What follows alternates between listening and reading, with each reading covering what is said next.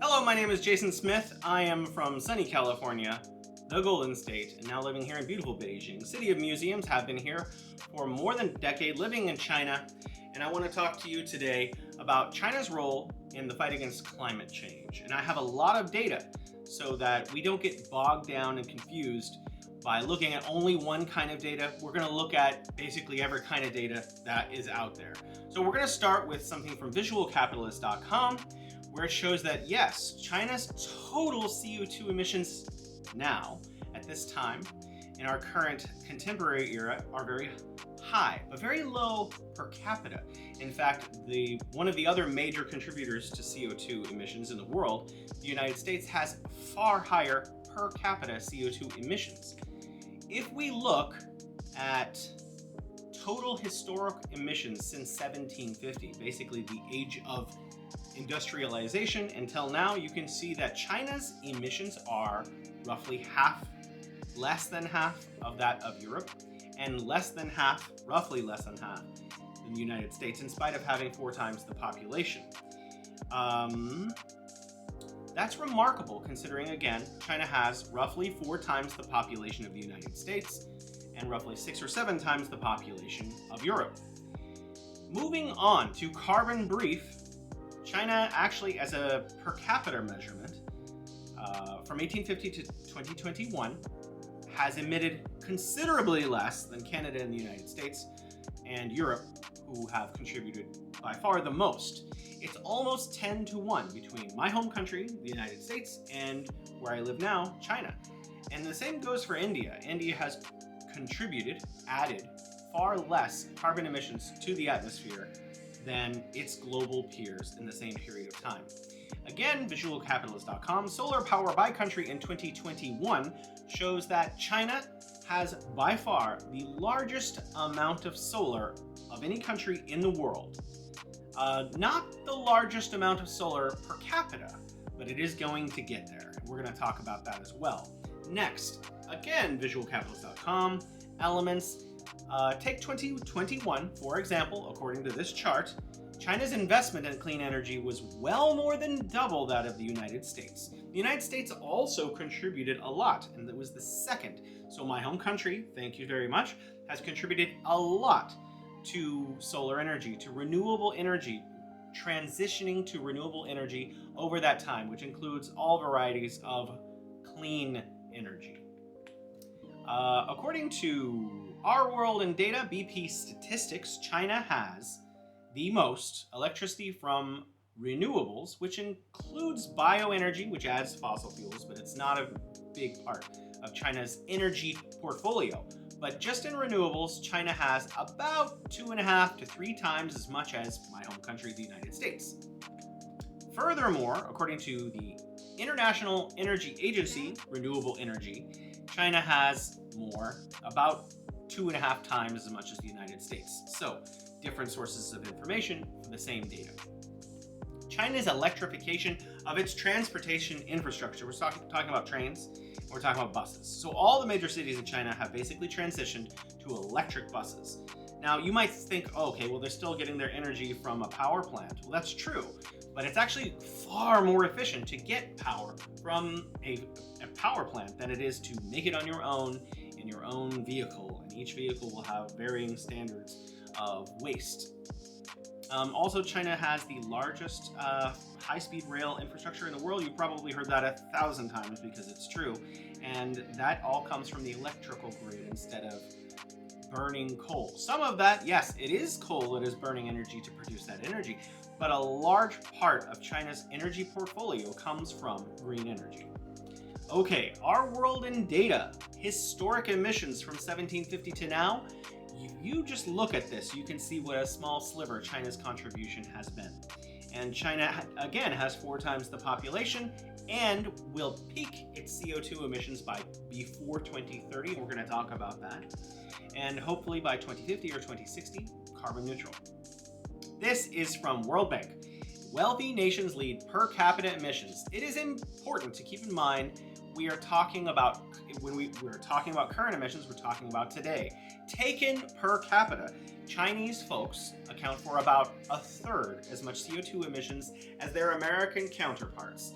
And that is in spite of the fact that all of the manufacturing, okay, I shouldn't say all, that's hyperbole, a lot of global manufacturing happens in China. In fact, you can see from this chart that roughly double the amount of manufacturing happens in China as does the United States. And in spite of that, a third as much per capita CO2 emissions. Now, China's goal has been officially stated over the last few years that by 2030, it will peak carbon emissions and begin reducing them.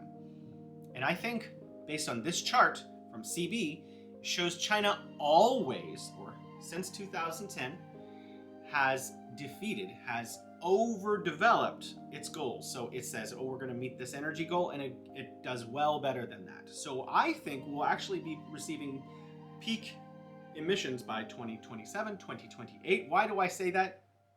Because China produces the most PV, solar energy, technology of any country in the world by far. China also builds more hydropower dams inside of China and for other countries around the Belt and Road, in Africa, for example, South America, and even Europe, Central Asia. Laos has so many dams that China has financed that with 0% interest loans, 2% interest loans. China is building hydropower everywhere. So my feeling is they're the best at these technologies. Certainly, they have developed the most of these kind of technologies with companies like Sinohydro and Gejoba, who do these massive investments. And there's a lot more to tap here in China.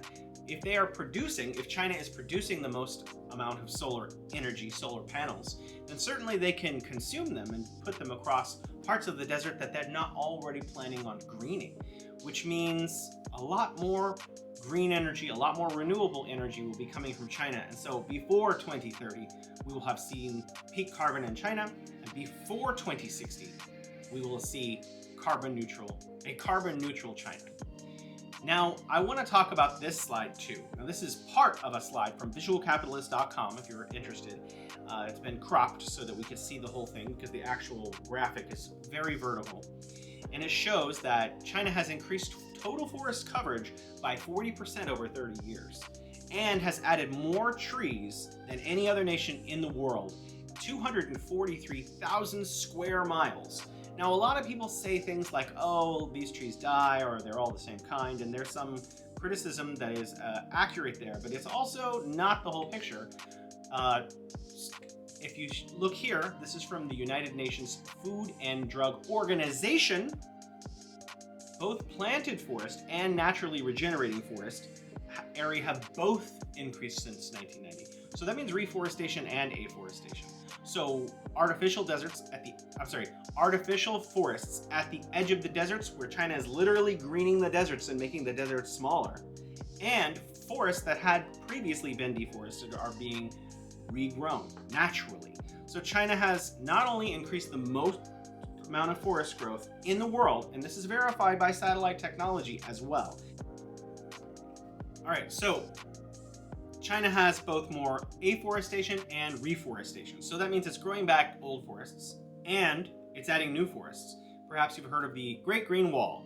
The Great Green Wall is essentially China is growing very slowly from the edges of deserts in different regions of northern China and preventing the spread of those deserts, but also containing them and reducing their size by using a variety of plants to do so, and local technology. It's even a kind of tourism where if I wanted to go out there and plant some trees, I could and stay at a nice hotel, which actually I'm considering doing because it'd be a great video to show you. But if you look at the UN data here, the UN data shows that natural forest regeneration is happening, as well as planted forest. And China is the leader in the world, undisputed. And this is essentially living carbon capture technology. We're using the most easily accessible form of carbon capture, trees. They were there the whole time. The takeaway is that China is a responsible global partner in tackling global climate change. So let's focus on international partnerships that help the rest of the developing world build up their sources of green renewable energy. Now, the BRI is doing that, so other international partners are also doing that to some extent.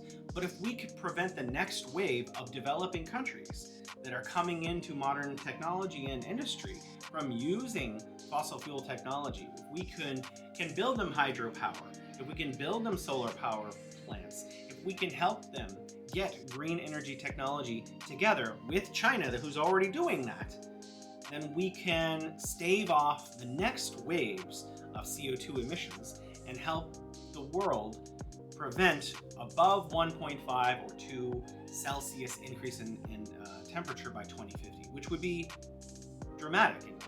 China is an ally and a friend in the struggle to clean up on our environment and to fight global climate change. That's the takeaway.